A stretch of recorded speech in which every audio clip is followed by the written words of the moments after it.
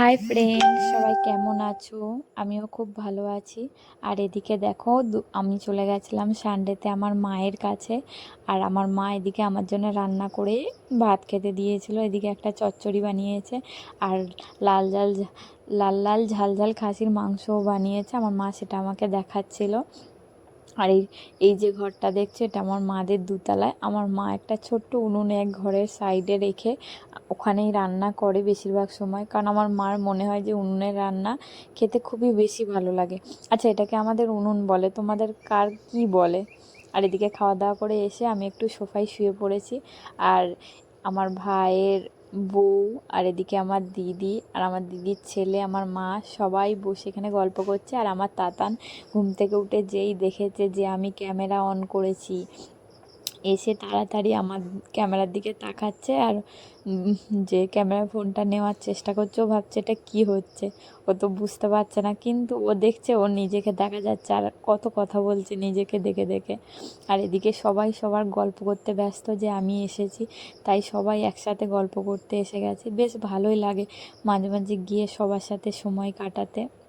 আর আমরা খুবই গল্প করতে করতে হাসাহাসি করছিলাম, যেটা আমি ক্যামেরা একটু ছোট্ট করে তুলে ধরেছি।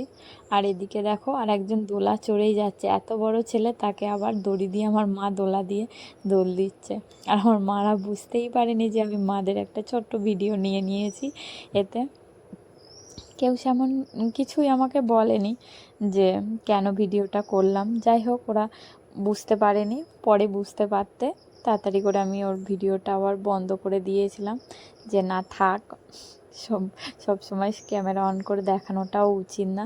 আর এদিকে তারপরে আমার ভাইয়ের বউ এনেছিল পেয়ারা আনতে, সেটাকে আবার কাসুন্দি টাসুন্দি দিয়ে একটা পেয়ারা মাখা তৈরি করা হয়েছিল, সেইটা আবার আমার ছেলে বসে বসে খাচ্ছিল। আর ওর রিয়াকশানটা শুধু দেখো, ক্যামেরার সামনে আবার এসে রিয়াকশান দিচ্ছিল।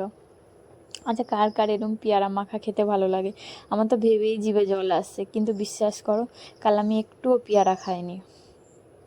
কারণ কালকে আমি অবেলায় খেয়েছিলাম ভাত দেরি করে, যার জন্য আমার সেই সময় পেয়ারা মাখাটা খেতে ইচ্ছা করছিল না। কিন্তু যখন আমি এই ভয়েস ওভারটা দিচ্ছি, তখন আমার প্রচুর পরিমাণে পেয়ারা মাখাটা খেতে ইচ্ছা করছিল। আর আমি এদিকে দেখাচ্ছিলাম যে দেখো, আমাকে ছাড়া সবাই কি করে পেয়ারা মাখাটা খেয়ে নিচ্ছে। আমার বাবু তো কত খুশি হয়ে এই স্টিকগুলো দিয়ে খাচ্ছিল পেয়ারা মাখাটা। আমার দেখেই ভালো লাগছে যে ও পেয়ারা মাখাটা সবার সাথে এত মজা করে খাচ্ছিল। বেশ ভালোই লাগছে, বাচ্চাদের এই ছোট ছোট সময়গুলো চলে যায়, কিন্তু এই ছোট ছোট সময়গুলো ওদের সাথে কাটাতে খুবই ভালো লাগে।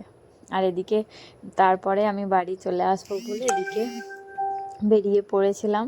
আর এদিকে আমার ভাইয়ের বউ আমাকে দিয়ে আসতে যাচ্ছিলো, আর ও বাবুকে কোলে নিয়ে এসেছিলো টেনে তুলে। আর এদিকে দেখো, আমরা দুজনে ভ্যানে উঠে গেছিলাম। আর আমার তাতান ওর মামিকে বলছে মামি বৃষ্টি, মামি বৃষ্টি, ও তো ছোট, সবে কথা বলতে শিখেছে, তাই ও বৃষ্টি গায়ে পড়ছে, তাই সেটাকে বলছে মামি বৃষ্টি। আর এদিকে ট্রেন আসবে বলে আমরা তিনজনে দাঁড়িয়েছিলাম।